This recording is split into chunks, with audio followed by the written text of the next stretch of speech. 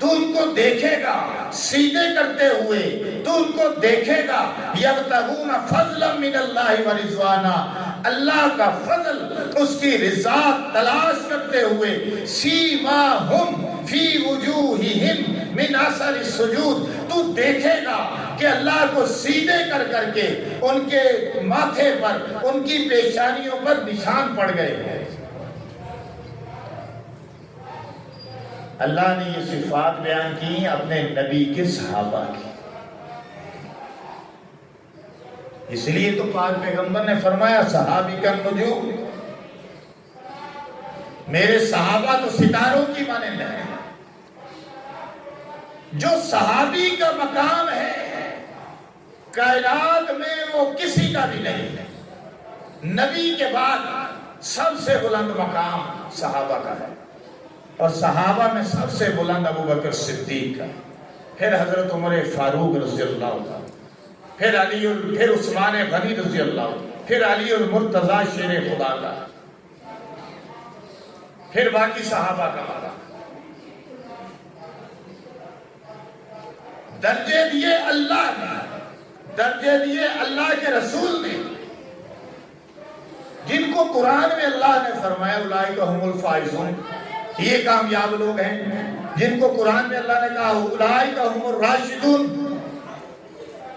یہ رشد والے ہدایت والے لوگ ہیں، جن کو اللہ نے کہا رضی اللہ عنہ ورضوا عنہ، یہ اللہ سے راضی ہو گیا، اللہ ان سے راضی ہو گیا۔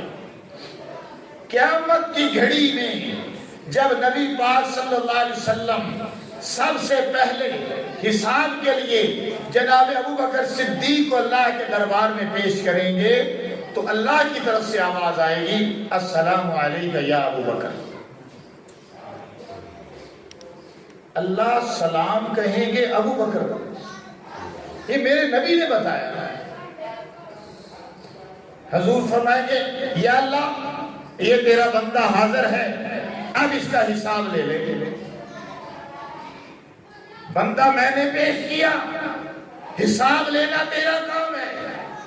اللہ فرمائے گا تو نے بندہ ہی ہے، پیغمبر ہے، محبوب ایسا پیش کیا ہے کہ اس نے کبھی زندگی بھر ہم سے حساب نہیں کیا، ہم اس سے حساب کیا لیں، بغیر حساب کتاب جنت میں جانے دو۔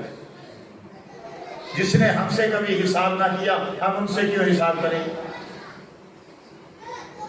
کیونکہ اللہ کا اعلان ہے ہل جزاء الاحسان الا الاحسان، احسان کا بدلہ احسان کے سوا اور کچھ نہیں ہوتا۔ تو جس نے احسان کیا تو اللہ اس کے احسان کا بدلہ نہ دے گا، اس نے کبھی رسول پاک صلی اللہ علیہ وسلم کے ساتھ حساب نہیں کیا۔ جب حضور نے فرمایا کہ جنگ کے لیے سامان چاہیے، اپنا اپنا سامان جو آپ کی گنجائش ہے لے آؤ، تو صحابہ کرام سامان لینے گئے، کسی نے اشرفیاں دی، کسی نے سامان دیا، کسی نے گھوڑوں کا سامان دیا، کسی نے کھانے پینے کا سامان دیا، کسی نے اسلحہ دیا، کسی نے کچھ، کسی نے کچھ۔ حضرت ابوبکر صدیق ایسی ذات تھے کہ جنہوں نے یوں کیا کہ گھر کا سارا سامان اٹھا کے پیغمبر کے قدموں میں رکھ دیا۔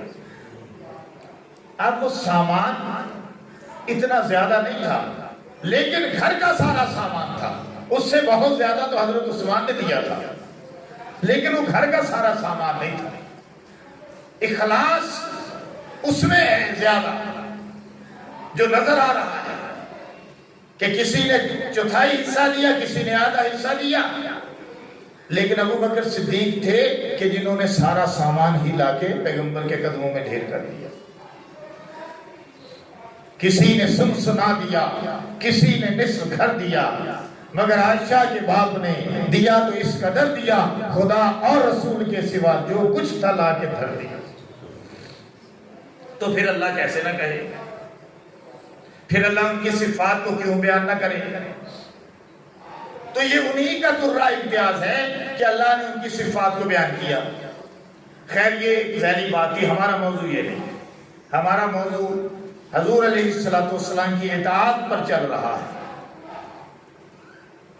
وہ اللہ ایسا کہ جس نے اپنے رسول صلی اللہ علیہ وسلم کو ہدایت کے ساتھ دین حق دے کر بھیجا، اور پھر یوں ارشاد فرمایا لقد من اللہ علی المؤمنین اذ بعث فیہم رسولا، او مومنو تم پر ہمارا احسان ہے کہ ہم نے اپنا رسول، اپنا محبوب تمہیں عطا کیا۔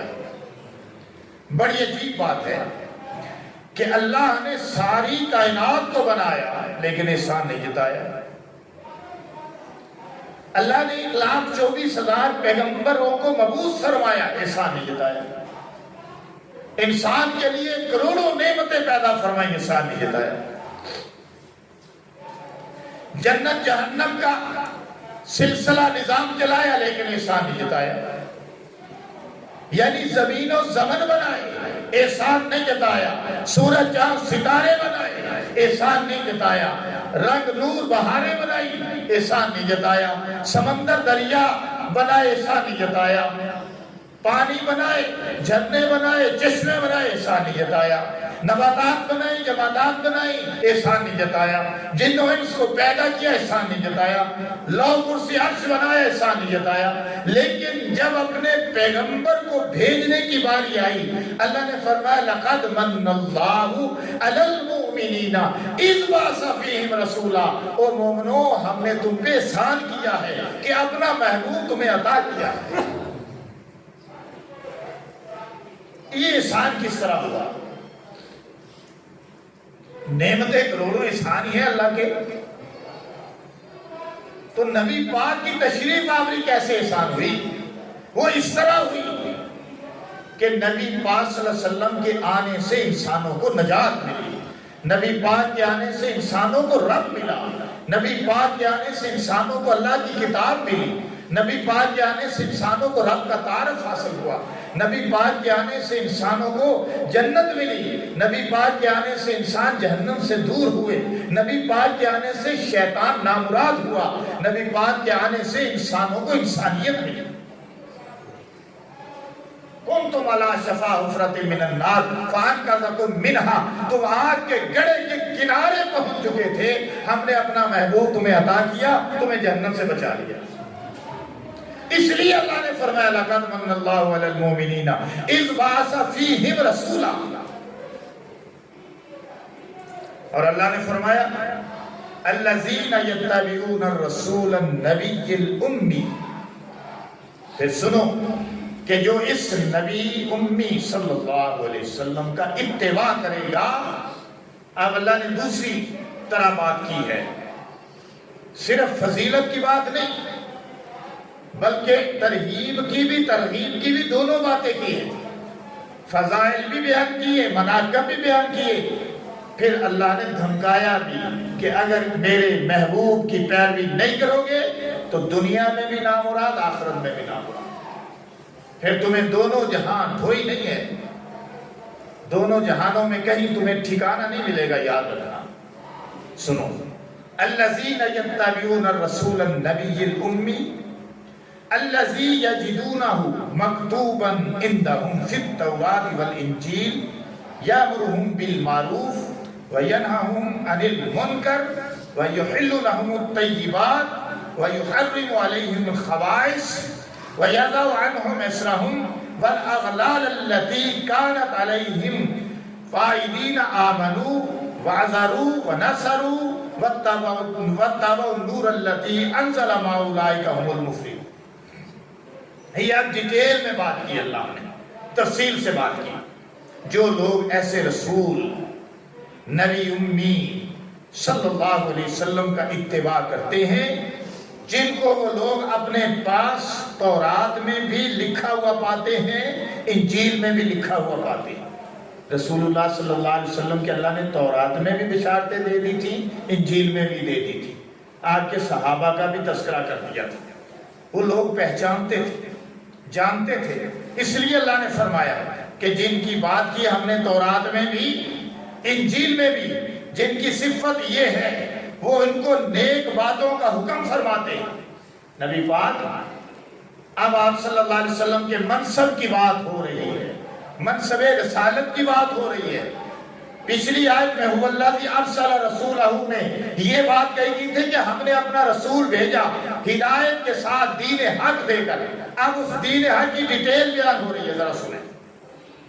فرمایا وہ ان لوگوں کو نیکی کا حکم کرتے ہیں، نیک باتوں کا حکم کرتے ہیں، بری باتوں سے منع کرتے ہیں، اور پاکیزہ چیزیں ان کے لیے حلال بتاتے ہیں، اور گندی چیزوں کو بدستور ان پر حرام کرتے ہیں، اور ان لوگوں پر جو بوجھ ہیں جو انہوں نے خود اپنے اوپر رسم و رواجوں کے، بے دینی کے، شرک کے، کفر کے اپنے اوپر بوجھ لاد رکھے ہیں، اس بوجھ کو دور کرتے ہیں۔ جو انہوں نے اپنے گلے میں توق ڈال رکھے ہیں ان توقوں کو دور کرتے ہیں۔ سو جو لوگ اس نبی موصوف صلی اللہ علیہ وسلم پر ایمان لاتے ہیں، ان کی مدد کرتے ہیں، اس کے نور کا اتباع کرتے ہیں، یعنی جو دین نور کی صورت میں دیا ہے اس کا جو اتباع کرتے ہیں، ان لوگوں کے ساتھ اللہ پاک کی مدد شامل ہے، اور جو ان کے ساتھ بھیجا گیا ہے ایسے لوگ پوری طرح فلاح پانے والے ہیں۔ اب اس آیت سے یہ بات ثابت ہو گئی کہ نبی پاک صلی اللہ علیہ وسلم سے محبت بھی دین کا تقاضا ہے، نبی پاک صلی اللہ علیہ وسلم کی اتباع بھی دین کا تقاضا ہے۔ اگر کوئی صرف کہے مجھے بہت محبت ہے لیکن آپ کی سنت نہ بنائے، کہے کہ مجھے بہت محبت ہے، آپ کا دین نہ بنائے، کہے کہ مجھے حضور سے بڑی محبت ہے، سنت طریقے پہ نہ چلے، عبادات نہ کرے، معاملات سنت کے مطابق نہ کرے، تو یہ اس کا دعویٰ جھوٹا ہے، پریکٹیکلی دعویٰ جھوٹا ہے۔ اس نے صرف خیالوں میں بسایا ہوا ہے، عملی طور پر نہیں ہے۔ اور دین خیال کا نام نہیں ہے، دین عمل کا نام ہے۔ اللہ نے ہمیں خیالی دین نہیں دیا کہ خیالی پلاؤ پکاتے رہو، اللہ نے ہمیں عملی دین دیا۔ اس لیے پریکٹیکلی نماز ہے جو ایک پریکٹس ہے، پڑھنے کے لیے، قائم کرنے کے لیے، اسی طرح حج ہے، اسی طرح زکوٰۃ ہے، اسی طرح جہاد ہے، پریکٹیکلی دین ہے، خیالات میں نہیں ہے خالی، نظریے میں نہیں ہے خالی کہ صرف نظریہ ہو، نظریہ نہیں، پورا ایک نظام دیا ہے۔ یہ جہاں آپ بیٹھے ہیں مسجد، یہ بھی اس نظام کا حصہ ہے کہ مسجدیں بنائی تاکہ اللہ کی عبادت ہو سکے، اجتماعی طور پر، انفرادی طور پر۔ قرآن دیا، یہ بھی اس نظم کا ایک حصہ ہے۔ قرآن اسی لیے دیا، لکھا ہوا اسی لیے دیا، ورنہ زبانی احکامات دے دیتے، جس طرح کئی پیغمبروں پر زبانی احکام آئے۔ لکھا ہوا اس لیے دیا کہ آپ کی ایک طبعی عمر ہے، آپ نے 63 سال عمر گزار کر روزے میں چلا جانا ہے، قرآن آپ کی امت کے پاس موجود رہے گا، اور جب تک قرآن پہ عمل کرتے رہیں گے، اور اس کی تفسیر ہے حدیث پاک، عمل کرتے رہیں گے تو گمراہ نہیں رہیں گے، نہیں ہوں گے، اور اس دین پر چلتے ہوئے کامیاب ہو جائیں گے۔ زبانی احکام بندہ بھول جاتا ہے، اس لیے لکھا ہوا دیا کہ جب بھولیں گے قرآن کو پڑھیں گے، یاد کر لیں گے۔ اب علماء، مفتیان، خطیب حضرات آپ کو یاد دلاتے ہیں، اپنے علم کے مطابق ہر کوئی بات کرتا ہے، جو اس نے قرآن حدیث کا علم حاصل کیا ہو اس کے مطابق بات کرتا ہے، لیکن زیادہ بات کرنے والوں کی، تبلیغ کرنے والوں کی، خطیبوں کی قرآن اور حدیث میں ہونی چاہیے، باہر نہیں ہونی چاہیے۔ قرآن حدیث کے مطابق جو بات ہے وہ عند اللہ قبول ہے۔ اگر اپنی قصے کہانیاں سناتے رہیں گے تو پھر دین سے ہٹ جائیں گے۔ لہذا قرآن اور حدیث کے مطابق ہو، اسی کے مطابق چلا جائے۔ اب بات پیغمبر حدیث تو خود تھے نا، آپ تو سنت خود تھے، صحابہ آپ کو دیکھتے تھے، فالو کر رہے تھے، لیکن آپ کیا واز کرتے تھے، آپ کیا تبلیغ کرتے تھے، آپ کیا بات کرتے تھے صحابہ سے؟ آپ جو بھی بات کرتے تھے وہ قرآن ہوتا تھا، کہو سبحان اللہ، اللہ کی وحی ہوتی تھی۔ حدیث میں بھی جو بات کرتے تھے وہ بھی اللہ کی طرف سے ذہن میں ڈالی جاتی تھی، کیونکہ اللہ نے ایک فتویٰ دے دیا، اللہ نے ایک قانون بنا دیا تھا۔ وَمَا يَنطِقُ عَنِ الْهَوَىٰ إِنْ هُوَ إِلَّا وَحْيٌ يُوحَىٰ، نبی اپنی خواہش سے کچھ نہیں کہتا، جو بھی کہتا ہے، جو بھی بولتا ہے اللہ کے حکم سے بولتا ہے، اس پر وحی آتی ہے تو بولتا ہے۔ تو نبی صلی اللہ علیہ وسلم قرآن ہی بولتے تھے۔ تو لہٰذا اس آیت سے یہ معلوم ہو گیا کہ دین پریکٹیکلی دین کا نام ہے، عمل کا نام ہے، عمل کے بغیر دین نہیں ہے۔ اور دوسرا یہ معلوم ہو گیا کہ نبی پاک صلی اللہ علیہ وسلم نیکی کا حکم کرنے والے، برائی سے منع کرنے والے۔ دوسری بات یہ کہ جو آپ نے حلال کیا وہ حلال، جو آپ نے حرام کیا وہ حرام۔ یہ نہیں کہ اسلام کے اندر شراب حرام ہے، اسلام کے اندر جوا حرام ہے، اسلام کے اندر سور حرام ہے، اسلام کے اندر قمار یعنی جوا حرام ہے، اسلام کے اندر جو ہے یہ چیزیں حرام ہیں، تو کوئی کہے کہ نہیں جی میں جوا تو کھیل لیتا ہوں لیکن ٹھیک ہے سور تو میں نہیں کھا سکتا، جوا میں کھیل لیتا ہوں۔ کوئی کہے نہیں جی نہیں سور کے میں نزدیک نہیں جاؤں گا لیکن میں شراب تو پی سکتا ہوں۔ استغفر اللہ استغفر اللہ، یہ بات نہیں ہے۔ اس کا مطلب یہ کہ میٹھا میٹھا ہپ ہپ کوڑا کوڑا تھو تھو، یہ بات نہیں۔ تو ایک ہمارا لڑکا ہے، میرا شاگرد تھا، باہر ملک گیا، آسٹریلیا وغیرہ دوسرے ممالک میں رہا، پاکستان کا کافی عرصہ اس نے گزارا چھٹیوں کا، پھر واپس چلا گیا۔ وہ مجھ سے سوال کرنے لگا، کہتا کہ صاحب جو ہمارے دوست ہوتے ہیں نا باہر ملک میں ہمارے ساتھ مسلمان، شراب بڑی پیتے ہیں، اگر سور کا گوشت ان کے سامنے رکھ دو وہ نہیں کھاتے، ہوٹلوں میں جاتے ہیں پہلے پوچھتے ہیں بھئی حلال گوشت ہے، مرغی کا ہے، بکرے کا ہے، حلال گوشت ہے، تو اگر ان کو کہیں کہ حلال گوشت ہے تب وہ کھائیں گے، اگر کہیں حرام ہے، سور کا ہے یا کسی اور جانور کا ہے، کتے کا بلے کا، پھر نہیں کھائیں گے۔ تو کہہ رہے صاحب شراب بھی تو حرام ہے، سور بھی حرام ہے، تو پھر مسلمان یہ کیوں کرتے ہیں؟ بھائی یہ مسلمان کی کمزوری ہے نا۔ تو مسلمان کو سوچنا چاہیے نا کہ اللہ نے قرآن میں کیا حکم دیا۔ اللہ نے قرآن میں ہی سور کے گوشت کو حرام قرار دیا، اللہ نے قرآن ہی میں شراب کو حرام دیا، اللہ نے قرآن ہی میں جوئے کو حرام قرار دیا۔ انما الخمر والمیسر والانصاب والازلام رجس من عمل الشیطان فاجتنبوہ لعلکم تفلحون۔ بے شک شراب، جوا، بت پرسے کے تیر، یہ جو فال وغیرہ نکالتے ہیں، حرام ہے، رجس من عمل الشیطان، گندے کام ہے، شیطانی کام ہے، رجس ناپاک ہے، من عمل الشیطان، شیطانی کام ہے، فاجتنبوہ ان سے بچ جاؤ، لعلکم تفلحون تاکہ تم فلاح پاؤ۔ تو مسلمان کو دیکھنا ہے نا۔ ہاں یہ ہے کہ اس میں بہت زیادہ کراہت ہے سور وغیرہ کے کھانے، اور مسلمانوں کا الحمدللہ اللہ کا یہ بھی شکر ہے کہ ایک جو ہے وہ دین کے لحاظ سے بھی، نسلی لحاظ سے بھی، طبیعت کے بھی لحاظ سے بھی اللہ نے اس میں بہت زیادہ نفرت رکھی ہے کہ اس کا تو نام لینا بھی ہم پسند نہیں کرتے،